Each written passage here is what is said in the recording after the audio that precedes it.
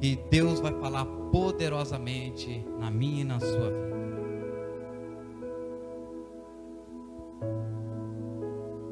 Vamos interceder agora pela palavra que vai ser administrada pelo servo de Deus, pastor Paulo, da Assembleia de Deus Anemia.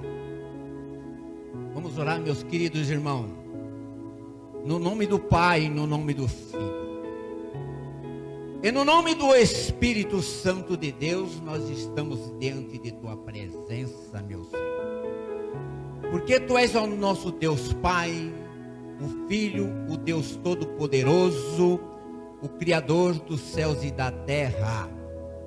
É muito bom, meu Senhor, quando nós estamos igual nós estamos agora, ligado no teu Santo Espírito, Senhor. Abençoa o ungido desta casa de Deus, Assembleia de Deus Anemia, o pastor Paulo, meu Deus, que vai administrar a tua palavra pelo teu Santo Espírito, Senhor. Abençoa o nosso pastor agora nesta hora, Senhor Jesus.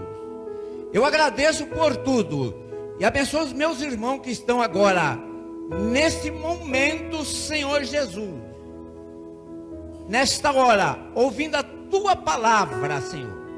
Nós já vimos canto, Senhor, e nós aqui já sentimos a presença do Deus Todo-Poderoso. Eu agradeço nesta hora, Senhor, porque tu que cuida de cada servo, de tua casa de oração, de todas as igrejas, Assembleia de Deus e de outras dominação. Agradeço agora, meu Pai, no teu nome, Pai, lindo e maravilhoso, no nome do Pai, do Filho e do Espírito Santo de Deus. Deus seja louvado. Amém, Jesus.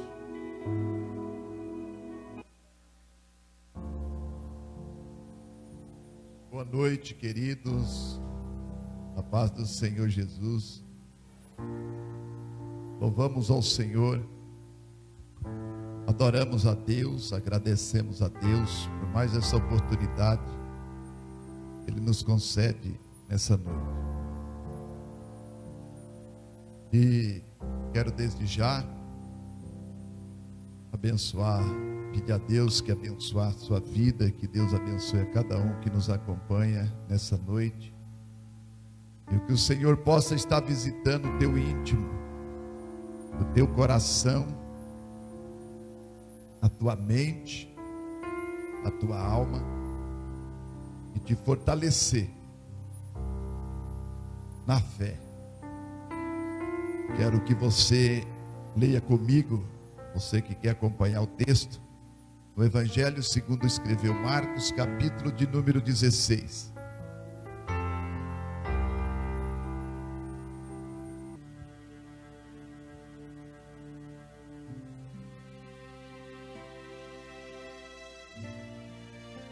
Marcos 16, quem achou, diga amém.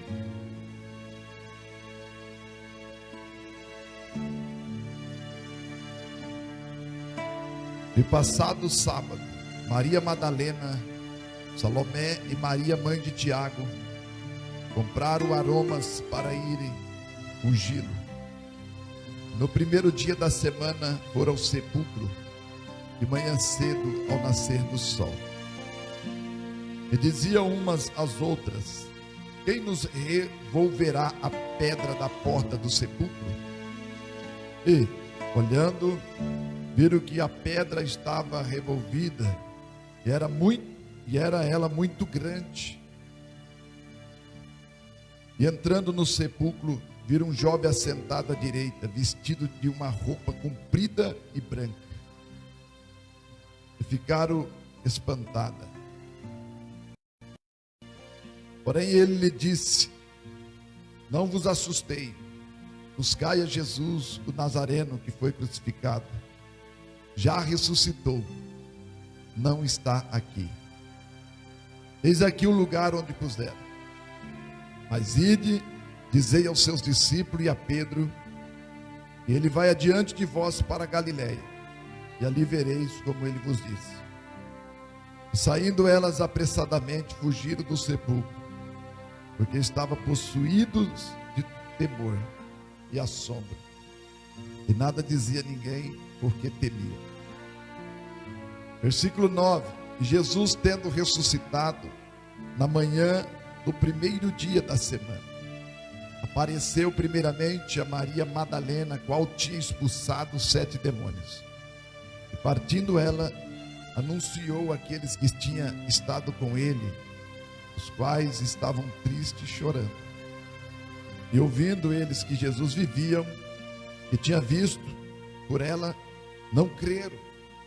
E depois manifestou-se em outra forma a 2 deles que ia caminho para o campo. E indo eles anunciaram aos outros, mas nem ainda este creram. Finalmente apareceu aos 11, estando eles assentados juntamente, lançou-lhe em rosto a sua incredulidade e dureza de coração, por não haverem crido nos que tinha visto já ressuscitado. E disse: Ide por todo o mundo, pregai o evangelho a toda criatura. Quem crê e for batizado será salvo, mas quem não crê será condenado. Estes sinais seguirão aos que crerem.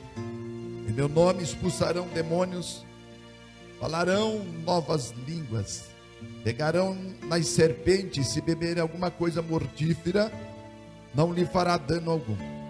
E porão as mãos sobre os enfermos e os curarão. Ora, o Senhor, depois de ter-lhes falado, foi recebido no céu e assentou-se à direita de Deus. E ele, tendo partido, pregaram por todas as partes, operando com eles o Senhor e confirmando a palavra com os sinais que se seguiram. Todos dizem amém. Amém? Vamos orar. Pai eterno, soberano Deus, em nome de Jesus, nos colocamos diante da tua presença, Senhor. Toda ação maligna nós repreendemos, amarramos e neutralizando nesta noite. Em nome de Jesus, seja repreendido o mal agora.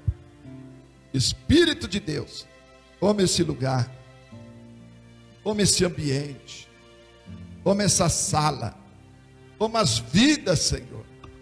Deus, todo aquilo que o adversário tem lutado para impedir esse trabalho, desde agora nós repreendemos na autoridade do nome de Jesus. Queima o mal agora, Senhor. Abra as portas da palavra, fale em nossos corações, revele com cada um de nós, repreenda o adversário nesta noite, repreenda toda obra oculta das trevas, todo plano, todo projeto, toda ação maligna contra as nossas vidas. Nós repreendemos agora, na autoridade do nome de Jesus. Todos podem dizer amém. Irmãos, nós lemos, acabamos de ler, no capítulo 16, acerca da ressurreição. Hoje é um dia especial, né? Que é um dia especial para nós, o dia domingo de Páscoa, o dia que Jesus ele ressuscitou. Por que eu falo isso? Porque a Bíblia diz que foi no primeiro dia da semana. Então, o que nós comemoramos hoje, na realidade, é a ressurreição de Cristo. Paulo escreveu que a Páscoa são sombras, né? A celebração da Páscoa, no capítulo 12 do Êxodo, são sombras para os tempos futuros, os dias futuros. E na realidade, Jesus, o apóstolo Paulo diz na carta aos 1 Coríntios, capítulo 5, versículo 7, que Jesus é o Cordeiro Pascual. Falando da Páscoa, lembrando da Páscoa, nós sabemos toda a história. O que acontecia? Nós lembramos lá do Êxodo, né? Quando Deus falou com Moisés, para que, quando Deus enviou o juízo, o último juízo, a última praga na terra do Egito, enviando ali o anjo destruidor, e Deus falou para Moisés, orientou a Moisés, que ele celebrasse a Páscoa no 14º dia de Abíb, ou seja, para nós no mês de abril. E como seria celebrada essa Páscoa? Ele ia pegar um animal, um cordeiro, ou um cabrito sem mácula, de 1 ano, e ali ele sacrificava para cada família um cordeiro, e aquele sangue eles aspergiam sobre os umbrais da porta, passava daquele sangue sobre os umbrais da porta, aquele sangue era passado, depois a carne do cordeiro eles comiam assada no fogo, não poderia ser cozida, não poderia ser do jeito deles, mas do jeito de Deus. Ou seja, o que nós aprendemos e aplicamos para nós hoje, que a partir do momento que nós passam a ouvir, a servir a Deus, não é mais do nosso jeito, mas do jeito de Deus. Veja que na verdade era uma festa que eles celebravam aquela Páscoa. Eles comiam a carne assada, os pães sem fermento, o pão sem fermento, a carne assada, e ali eles celebravam a Páscoa e a carne assada do cordeiro, porque à meia-noite o anjo destruidor ia passar por toda a terra do Egito, e a casa que tivesse a marca nos umbrais da porta, o anjo não entrava, o anjo destruidor não entrava, ele passava por cima. Não porque Deus não sabia o endereço, Deus sabia, mas Deus queria mostrar para o povo de Israel, para o povo dele, a importância da sua obediência, da sua submissão, e a importância do sangue, que é sombra para o futuro, é uma projeção para o futuro. Por que o sangue? O sangue, hoje para nós, a mesma coisa, ele nos protege espiritualmente, porque Jesus, ele é o Cordeiro de Deus, e o sangue de Jesus, ele foi derramado para a propiciação dos nossos pecados. Da mesma forma que aqueles Deus estava mostrando ali, já simbolizando para o Cristo, que o sangue, na verdade, a família que tinha o sangue não ia sofrer o juízo de Deus na terra do Egito. Da mesma forma é hoje. Aqueles que crêem em Jesus como seu Senhor e Salvador, ele tem a convicção de que Jesus derramou sangue lá na cruz, e por meio desse sangue nós somos protegidos do juízo de Deus que no futuro há de vir sobre a terra. É claro que esse sangue, ele só terá efeito para aqueles que creem, para aqueles que receberam Jesus como o único Senhor e Salvador da sua vida, da sua alma. Então Jesus, ele foi o Cordeiro Pascual. ele não só morreu, mas ele ressuscitou. Ele ressuscitou. Então o que nós podemos comemorar hoje? A ressurreição de Cristo.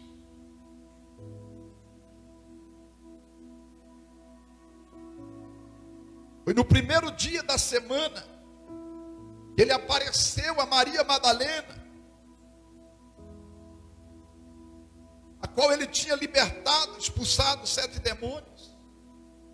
Depois ele apareceu aos 11, estando já ressuscitado. E os 11 ali demonstrou a sua incredulidade, a sua dureza de coração, por não haver crido nos que tinha visto já ressuscitado. Você vê que mesmo os discípulos que andaram com ele durante 3 anos e meio, à primeira mão eles não creram. Eles não creram que Jesus tinha ressuscitado,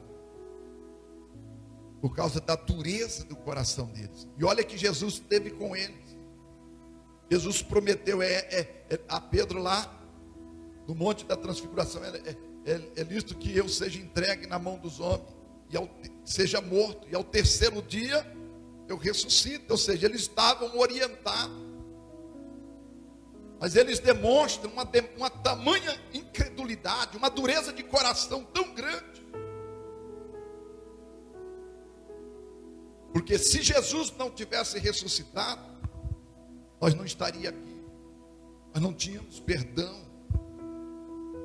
nós não teríamos os benefícios da cruz, da salvação. Mas ele ressuscitou e deu seu sangue para que todo aquele que nele crê não pereça, mas tenha a vida eterna. Por isso que lá no Apocalipse 22 diz lá a palavra que bem-aventurado aqueles que lavaram as suas vestes no sangue do Cordeiro, porque ele é o Cordeiro de Deus. João 1,39. Ele é o Cordeiro de Deus que tira o pecado do mundo.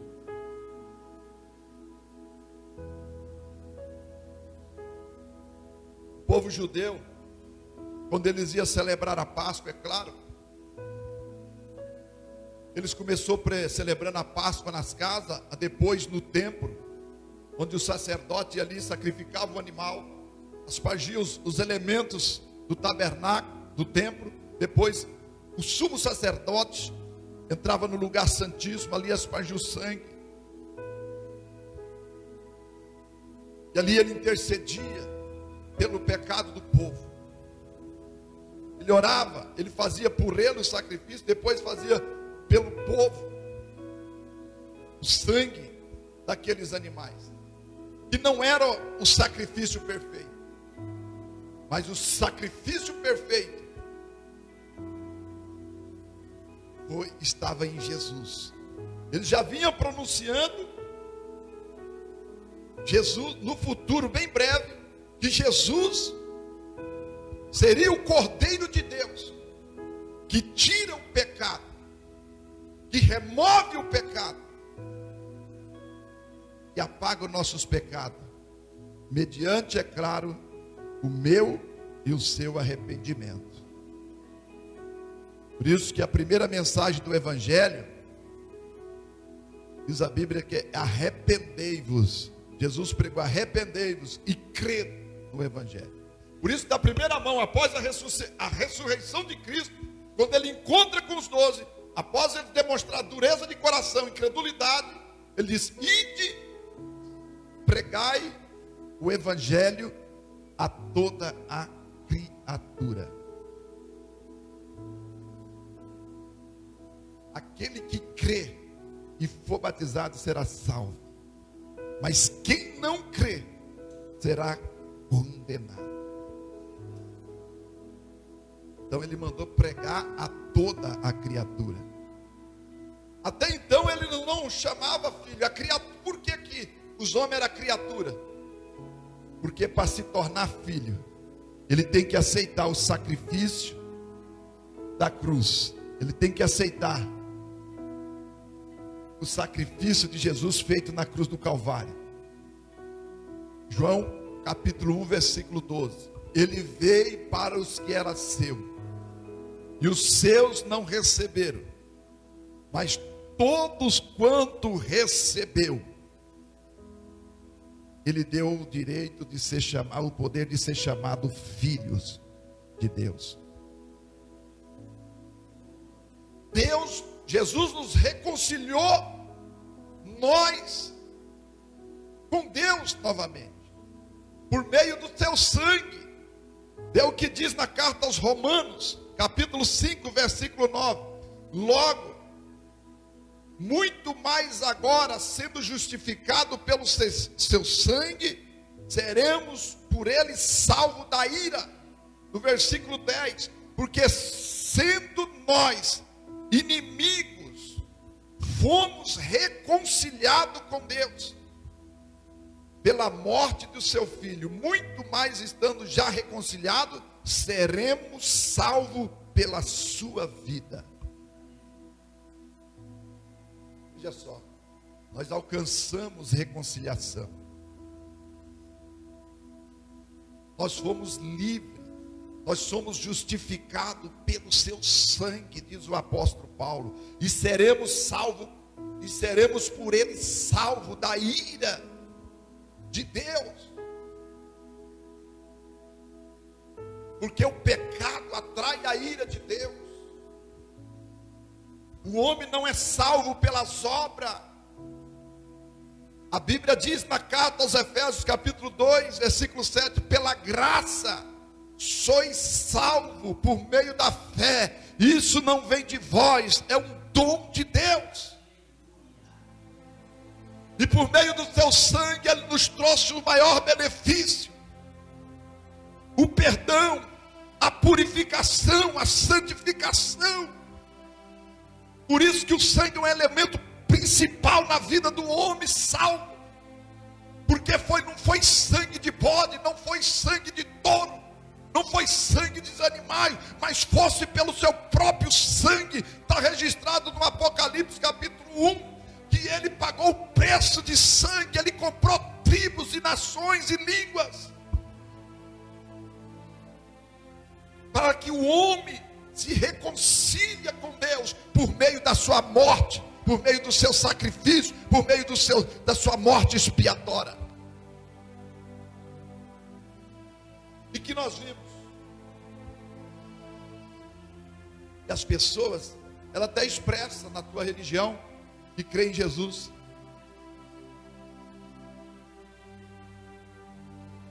ele até fala que acredita em Jesus, fala,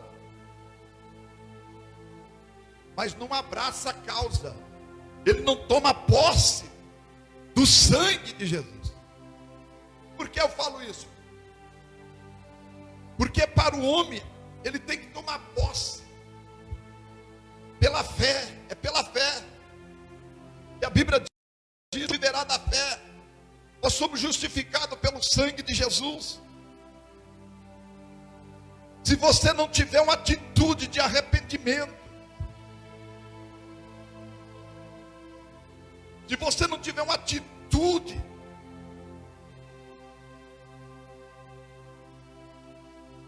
de se apropriar da vida eterna por meio do Evangelho, por meio de Cristo, não tem como Deus fazer nada. Jesus já fez por você, mas Ele espera o que de mim, do ser humano? Que se arrependa. Arrependei-vos e crede no Evangelho. Por meio do seu sangue, Ele reconcilia o homem a Deus.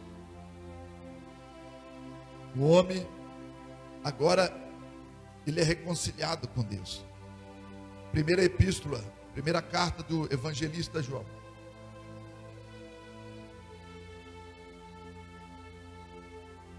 Versículo 9.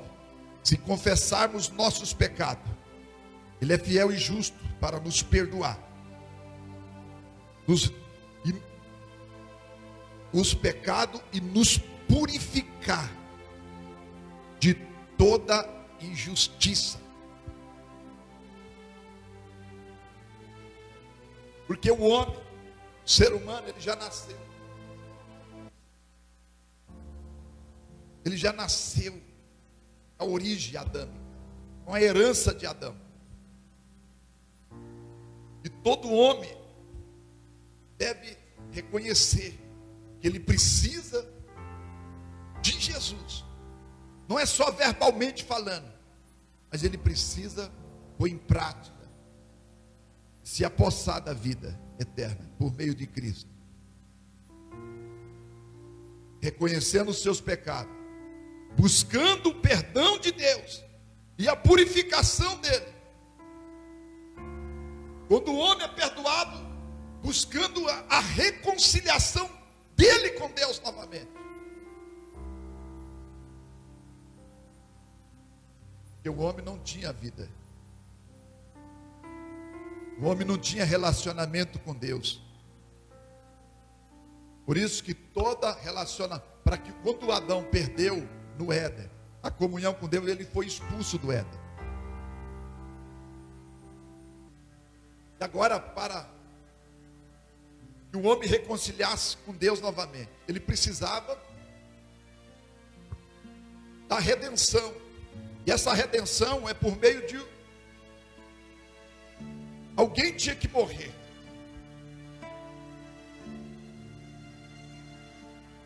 Você pode observar que lá no Éden, Deus já sacrificou um animal e deu, quando colocou as vestes de animais em Adão e Eva, porque eles viram que estava nu, Deus havia já feito o primeiro sacrifício de animais. Só que aquele sangue, ele não apagava, não era perfeito. Mas já pronunciando para Jesus no futuro, ele sim seria o cordeiro perfeito.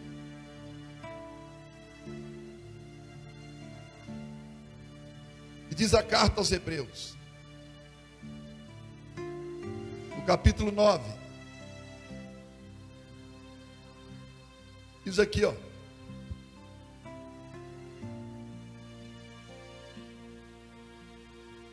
No capítulo 9, versículo 15. E por isso, se referindo a Jesus, ele é o mediador de um novo testamento, para que intervindo a morte para a remissão das transgressões que havia debaixo do primeiro testamento.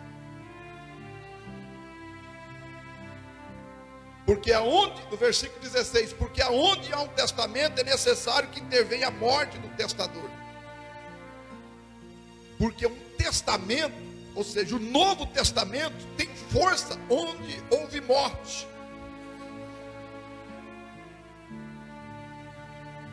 Aí o escritor, o autor de Hebreus fala assim: ou terá ele algum valor enquanto o testador vive?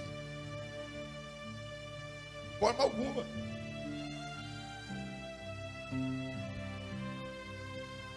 Aí no versículo 19, porque havendo Moisés anunciado a todo o povo todos os mandamentos segundo a lei, tomou o sangue de bezerro e de bode com água, lã, púrpura e sopo, e aspergiu tanto o mesmo livro como todo o povo, dizendo: este é o sangue do testamento que Deus vos tem mandado. Deus tem mandado.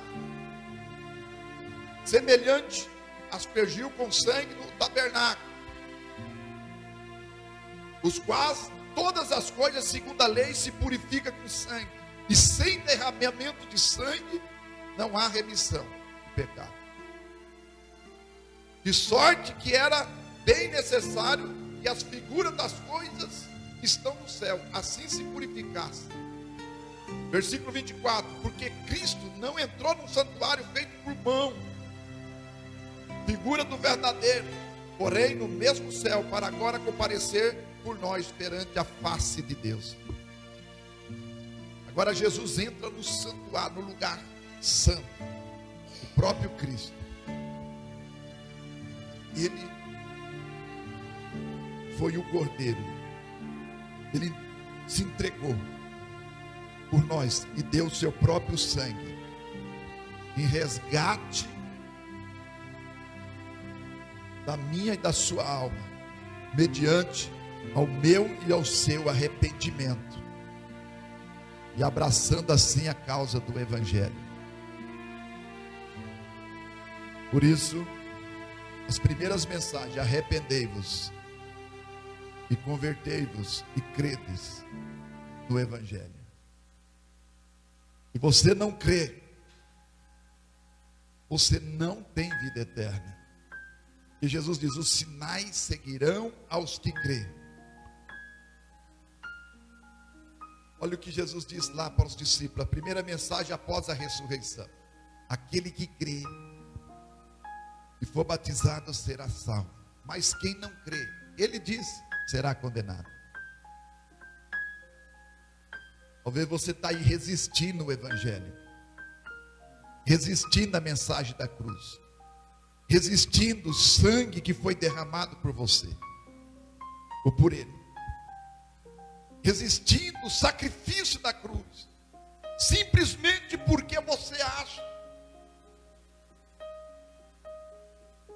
que essa coisa de servir a Deus é difícil, é estreito. Abra o teu coração nesta noite e dê lugar ao Espírito Santo. Não é a religião em si que salva você, mas é Jesus que morreu na cruz por você. A palavra religião quer dizer ligar outra vez, ligar o homem a Deus. E quem liga o homem a Deus é Jesus. Eu sou o caminho, eu sou a verdade, eu sou a vida, e ninguém vai ao Pai a não ser por mim. Ninguém pode ir a Deus se não for por Ele.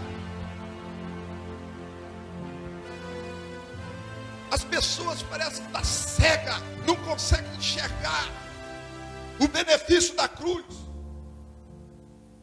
a ressurreição de Cristo. Hoje se comemora o quê? A Páscoa cristã, vamos dizer assim, o judaico semelhante, é uma sombra para hoje. Vamos celebrar assim a ressurreição de Cristo, porque Ele ressuscitou no domingo, no primeiro dia da semana, na Páscoa. E Ele é o Cordeiro que foi morto, que foi imolado. Ele morreu, foi morto como Cordeiro, mas ressuscitou como leão da tribo de Judá. E assim como Ele trouxe o juízo na terra do Egito, Ele um dia vai trazer o juízo sobre essa terra. A Bíblia diz em João, eu vejo aqui no Evangelho, capítulo 5, versículo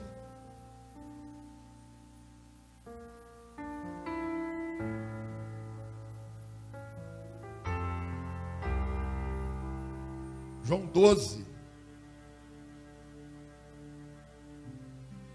48. Quem me rejeitar a mim, Jesus dizendo, e não receber as minhas palavras, já tem quem o julgue. A palavra que eu tenho pregado, essa há de julgar no último dia. Vai julgar você no último dia. Ele vai trazer juízo e vai julgar a terra. O capítulo 5, e do versículo 24, se não me engano, vamos ver aqui. Na verdade vos digo, quem ouve a minha palavra e crê naquele que me enviou, tem a vida eterna, e não entrará em juízo, mas passará da morte para a vida. Na verdade vos digo, quem ouve a minha palavra e crê naquele que me enviou, tem a vida eterna, e não entrará em juízo ou condenação, mas passará da morte para a vida. Não queira sofrer o juízo de Deus, porque Deus, hoje Ele age, demonstrando o seu amor, dizendo, olha, crê no meu filho, eu enviei meu filho, para que todo aquele que nele crê, não pereça, tenha a vida eterna. Mas também esse mesmo Deus de amor, Ele fala que um dia Ele vai trazer o juízo sobre a terra. Ele vai julgar os homens. A Bíblia diz lá no Apocalipse 19 que ele vai comparecer diante do trono branco, grandes e pequenos, ricos e pobres, sem exceção de pessoas, para julgar a cada um segundo as suas obras, e vai se abrir-se os livros. Deus quer te livrar do juízo, porque a palavra diz que aquele que crê nele, ele não entrará em juízo, mas passará da morte para a vida. Por que essa resistência, essa dureza de coração com relação ao Evangelho? Meu Deus. O apóstolo Paulo escreveu na carta aos Coríntios que o Deus desse século, com letra minúscula, o Deus desse século cegou o entendimento dos incrédulos, para que eles não recebam o amor da verdade. Peça para o Espírito Santo limpar a sua mente, limpar o seu coração, tirar, mediante, confesse os seus pecados, e luta, renuncia, começa a conectar com Deus, desconecta com o poder das trevas. Como, pastor? Procure. O homem de Deus, a mulher de Deus, eu quero largar o poder das trevas, eu quero largar o mundo de trevas, eu quero abandonar. Sabe por quê? O homem sem Deus, por mais bom que ele seja, ele está em treva. Olha o que diz João no Evangelho, no capítulo 3, versículo 19: e a condenação é esta, que a luz veio ao mundo. A luz é Jesus, e os homens amaram mais as trevas do que a luz, porque as suas obras eram más. Porque todo aquele que faz mal aborrece a luz, e não vem para a luz, para que as suas obras sejam reprovadas. Mas a quem pratica a verdade, vem para a luz, a fim de que suas obras sejam manifestas, porque são feitas em Deus. Talvez você está fazendo algumas obras aí, mas está em treva. A salvação não é pelas obras, é pela graça. Vem para a luz, para que as suas obras sejam feitas em Deus. Porque quando você faz as boas obras em Deus, em Cristo, ela é contada para a vida eterna, ela é justificada por Deus. Por isso que carta aos Romanos, capítulo 8, versículo 1: nenhuma condenação há para aqueles que estão em Cristo Jesus, que não anda segundo as trevas, segundo a vontade da carne, mas segundo o Espírito.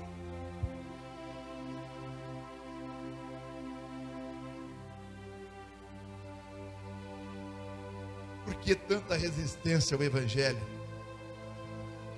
Por causa do orgulho religioso, a tradição religiosa que você caminha tanto tempo. Que tradição é essa que você não consegue renunciar ao mundo? O mundo está em treva. O homem sem Deus está em treva, por bom, melhor que seja, porque a Bíblia diz, Paulo diz aos Romanos, que todos pecaram, e separados, destituídos estão da glória de Deus. Para que essa resistência?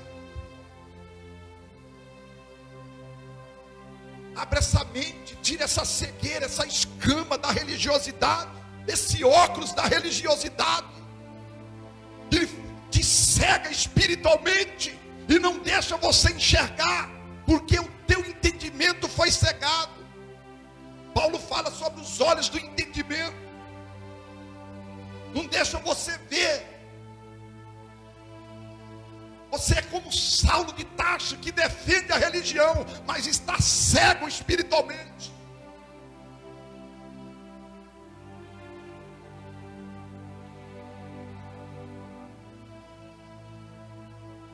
Porque eu afirmo que a salvação está em Cristo. Porque no Evangelho, capítulo 3 de João também, porque aquele que Deus enviou fala as palavras de Deus. Pois não lhe dá Deus o Espírito por medida. O Pai ama o Filho, e todas as coisas entregou nas suas mãos, na mão do Filho de Deus. Versículo 36, aquele que crê no Filho tem a vida eterna, mas aquele que não crê no Filho não verá a vida, mas a ira de Deus sobre ele permanece. Pastor, eu creio no Filho, você crê de palavra, mas as suas atitudes, os seus gestos, o seu comportamento do dia a dia, você renunciou, você tomou posse da palavra, porque até hoje você fala mal da Bíblia, você crê no que o fulano falou, o cicrano falou, mas não crê no que a Bíblia fala. Sabe por quê? Porque a Bíblia, a palavra de Deus te confronta com a religiosidade, com a religião, com o engano religioso, com a mentira. Jesus, estando no Monte das Oliveiras, os discípulos chama ele em particular no capítulo 24, versículo 15, com relação ao fim. Jesus estava dando um sermão profético.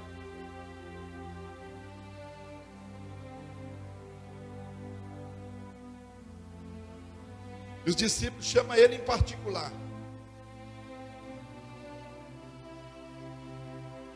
A Bíblia diz que eles se reuniram no Monte das Oliveiras. Chegaram a ele os seus discípulos em particular, dizendo que Jesus estava ensinando eles sobre o fim. E eles perguntam para Jesus: diz-nos, quando serão essas coisas? Que sinal haverá da tua vinda e do fim do mundo? Vê que duas coisas distintas aí. O que será? Ele diz: quando serão essas coisas? Que sinal haverá? Primeiro, da tua vinda. Sabe com essa vinda? O arrebatamento da igreja. E do fim do mundo. Você sabia que o arrebatamento da igreja ainda não é o fim?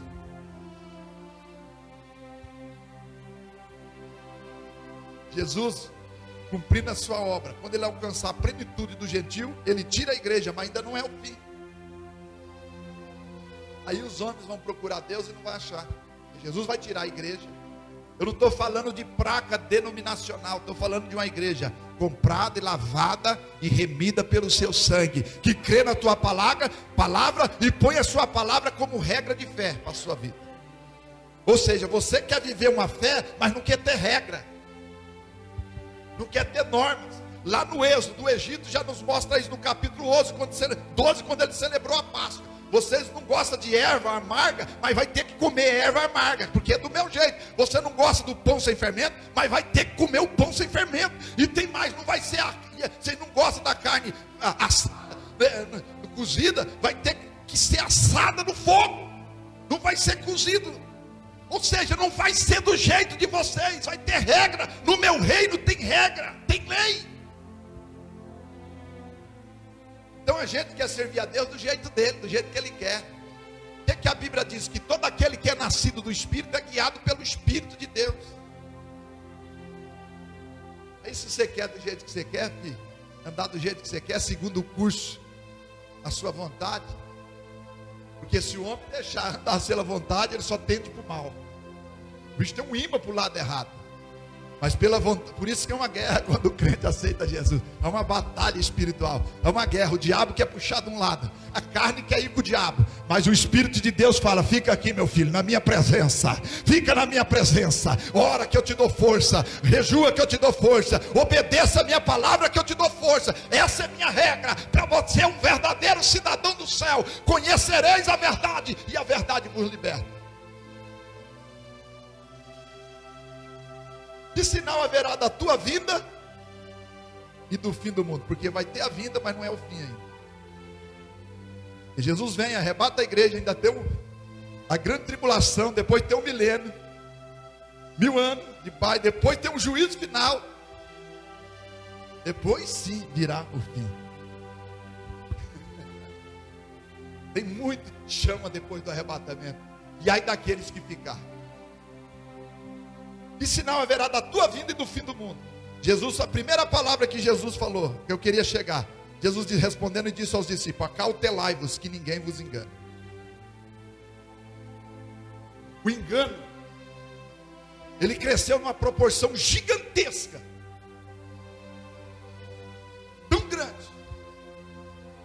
desde os princípios. A igreja primitiva, ela continuou firme. Mas depois entrou, com o tempo, veio se corromper. E implantaram tanta coisa. Por exemplo, a Páscoa. Por exemplo, a religião implantou o paganismo.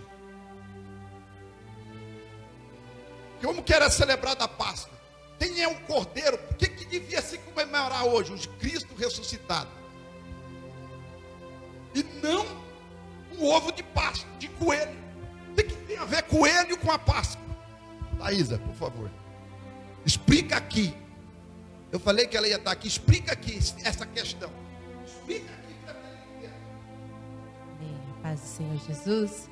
Na verdade, a Páscoa, ela é uma só, né? Ela foi dada a princípio lá para Moisés, no Êxodo 12, onde nós conhecemos. E ela continuou vindo até Cristo, que ele cumpriu a plenitude da Páscoa. Então a Páscoa bíblica, ela é uma só. Mas com o passar dos anos, levantou-se um grupo de pessoas, né? Se diziam cristãos, alguns bispos e líderes da igreja na época, no ano aproximadamente 320, né, depois de Cristo, e eles começaram a querer banir a comemoração, a celebração da verdadeira Páscoa judaica, bíblica, né? Porque eles diziam que tudo que era judaico era uma heresia. Então eles começaram a querer cancelar tudo aquilo e entraram então numa luta, numa guerra, onde alguns líderes eram contra essa questão e outros lutavam para banir de uma vez por todas a Páscoa. O que deve ser celebrado na Páscoa? O Pessach, né? A passagem, a lembrança de que outrora éramos escravos, aprisionados, e agora passamos de uma vida de escravidão para uma vida liberta, sendo livre através do sacrifício perfeito de Jesus. É isso que deve ser celebrado. Mas aí se levantou alguns líderes e começou então a querer cancelar, anular essa celebração original e verdadeira da Páscoa, dizendo que a partir de agora eles mudariam a data, não seria mais na segunda semana do mês, né, do primeiro mês, conforme o calendário judeu.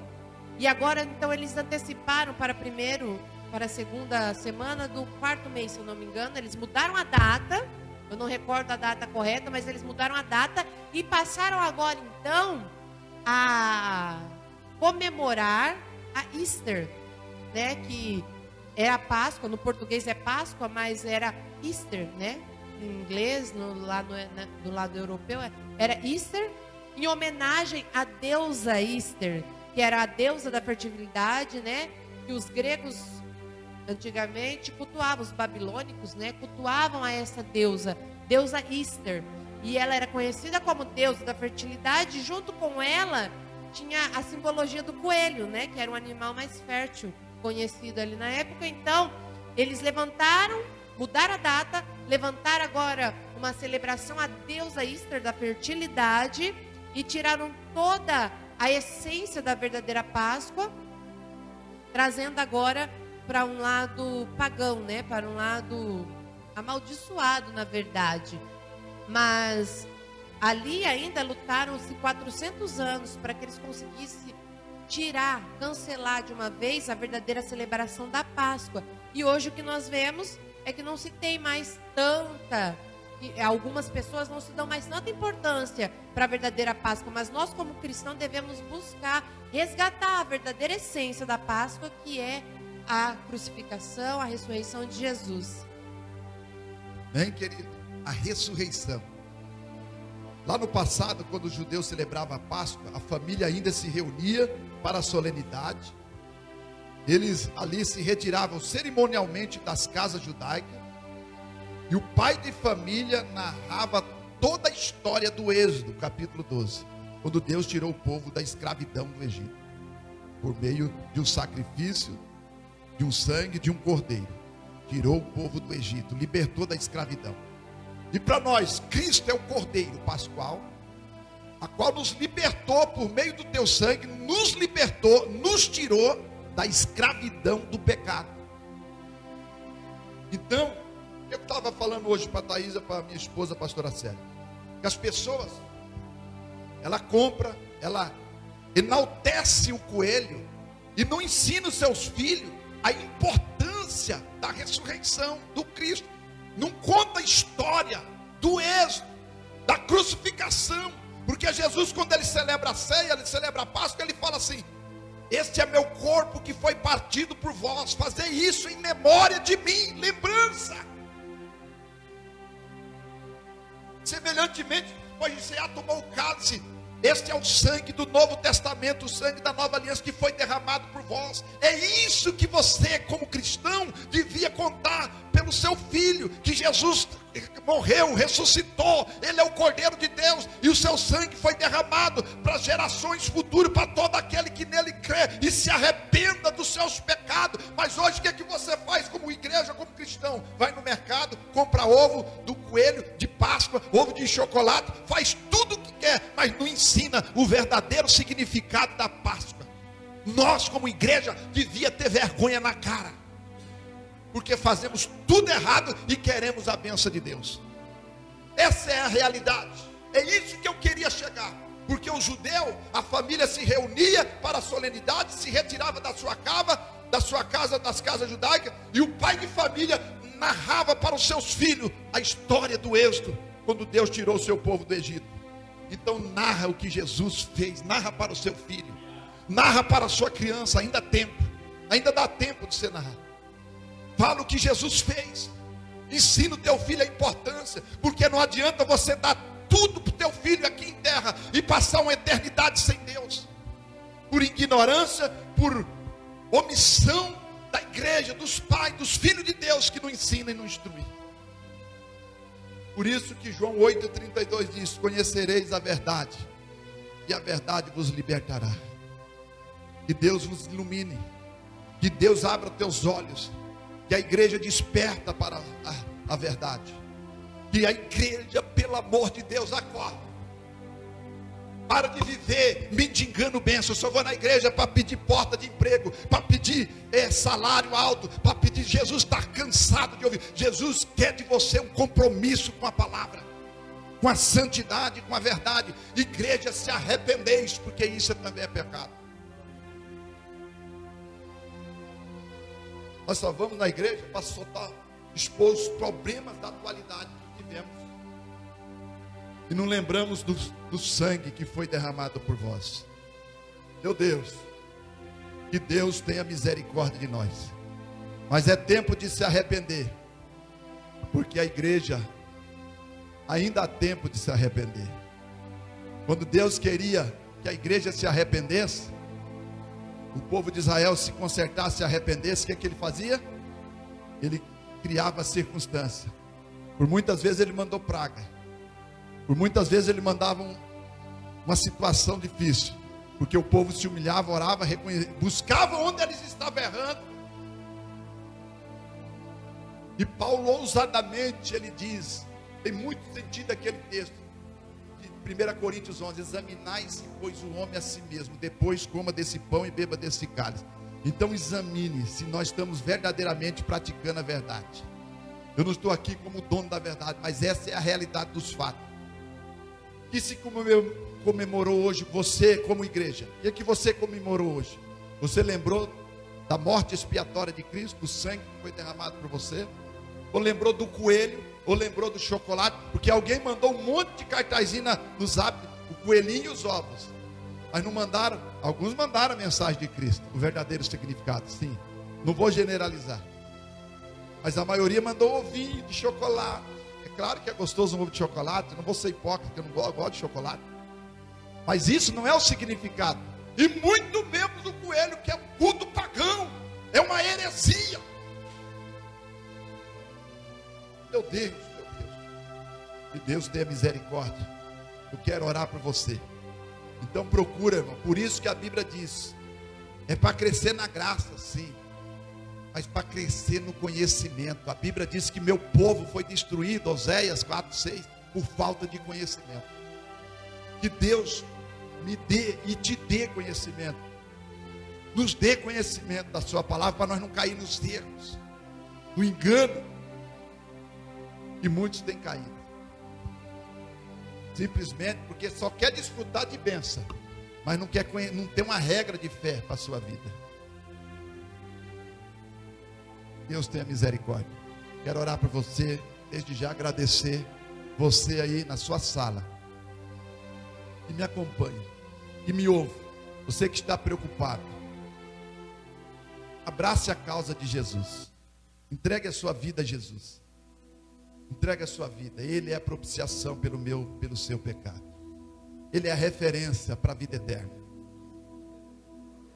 Deus Pai Todo-Poderoso, eu quero interceder como igreja. Eu quero pedir perdão, porque hoje omitimos mais uma vez. O Senhor está mostrando para nós o quanto erramos, o quanto pecamos, o quanto falhamos com relação à Tua palavra. Perdoa, Jesus, os nossos pecados, perdoa os pecados da Tua igreja. E na próxima Páscoa nós venhamos assim celebrar mais a ressurreição de Cristo. O Cristo ressuscitado. O Cristo que derramou sangue e nos purificou de todo pecado. Tem misericórdia, Pai, me ensina a Tua palavra. Eu não sou o dono da verdade, mas aqui é a verdade, a Tua palavra é a verdade. Abra o entendimento, abra os olhos do entendimento. Tira a cegueira espiritual. Renova a mente, as forças. Dê a mente de Cristo, para que haja um despertamento, para que haja uma oração, para que haja um arrependimento sincero, para que haja uma busca de mudança, de arrependimento. Por meio de arrependimento, o seu sangue vai purificar e vai nos limpar de toda injustiça, de todo pecado, porque o pecado atrai a ira de Deus. Mas o sangue de Jesus aplaca a ira de Deus, porque Ele morreu por mim e por nós. Quando arrependemos, Deus retira a sua ira de sobre nós. Deus tem misericórdia da igreja. Eu abençoo cada um que me ouve nesta noite, em nome de Jesus. Muito obrigado você que me acompanhou por essa live.